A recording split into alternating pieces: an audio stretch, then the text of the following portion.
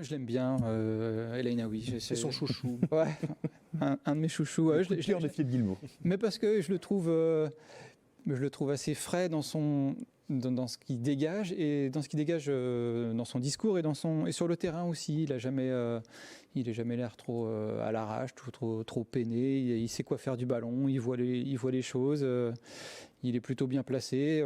Il fait encore un geste, c'est la semaine dernière où il fait un tacle défensif dans la surface qui est énorme, qui soulève tout Bollaert. Moi, j'aime beaucoup et je trouve que il a une forme de sérénité qui peut être intéressante pour le Racing. Et El Ainaoui, il est ce point d'équilibre en fait entre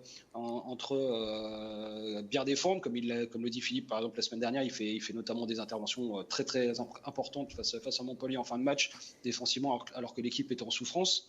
Mais aussi il a cette qualité technique, cette clairvoyance. Et donc s'il arrive à retrouver, on rappelle qu'il a été blessé quand même, la plénitude de ses capacités physiques, c'est évidemment le joueur qui peut faire basculer pour moi l'animation du Racing sur la deuxième partie de saison, s'il est encore là, parce qu'il y aura évidemment un mois de janvier qui s'annonce un peu mouvementé. Mais oui, c'est un joueur exceptionnel. Et puis moi je le trouve vraiment très très classe en fait. Simplement il est propre, il joue pas pour sa gueule, clairement.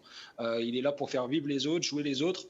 Et franchement, voilà, c'est peut-être si l'équipe de Lens doit encore progresser dans son animation et de jeu, si lui et Thomasson arrivent à se trouver, à être encore plus complémentaires, ça peut être quand même une bascule pour le Racing sur la fin d'année, mais aussi évidemment sur l'année 2025.